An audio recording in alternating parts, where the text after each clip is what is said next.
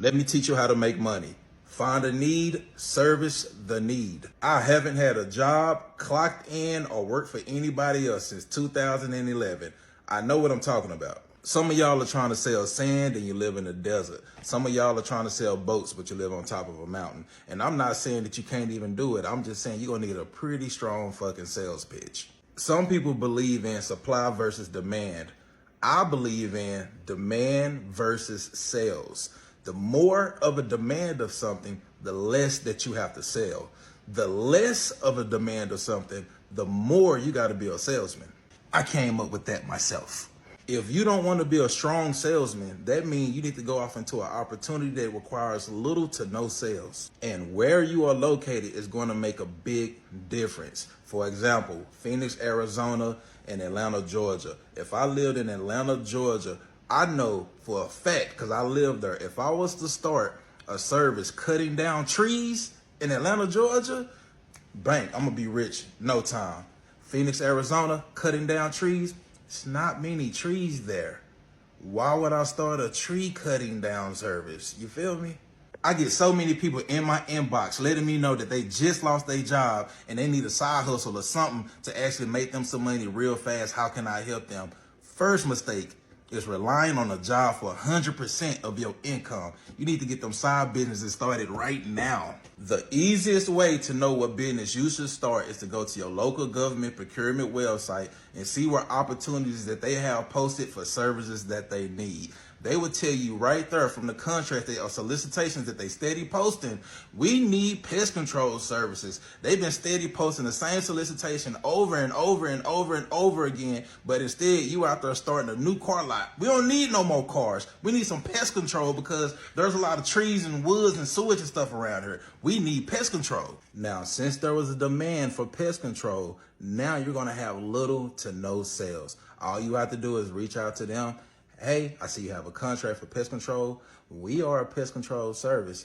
That's all you pretty much would have to do. Fill out the paperwork and they will be glad to have you because nobody is answering their calls. But on the flip side, if you are good at sales, it doesn't really matter how crowded the industry is because you know how to trigger a customer emotionally. You have great marketing skills. Now, if that's you, it doesn't matter how many trucks are on the road. You can get whatever rate that you want because you know how to charge.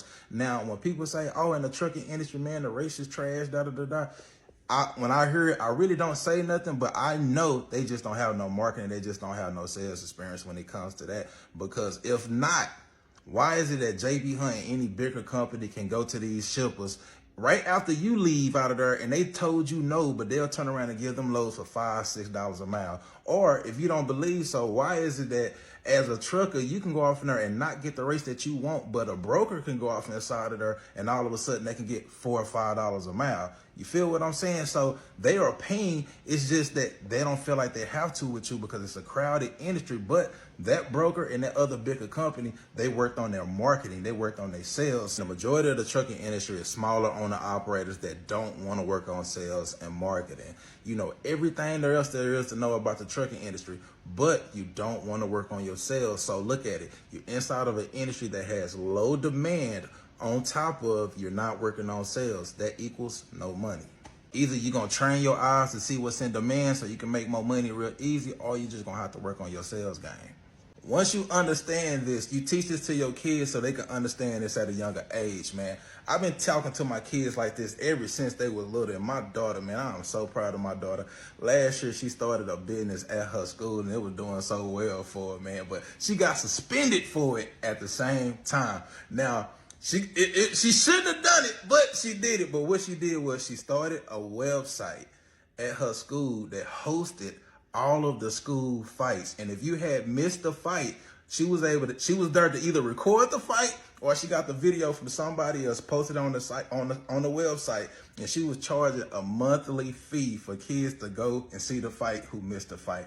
It was genius. She was like a little Dana White at school. Now, like I say, she got caught, she got suspended, but I had to act mad at the school, but to be honest, I was kind of proud of my baby. But she's at a new school now, but even at this new school, she done already started 2 new businesses, and I'm proud of her for those.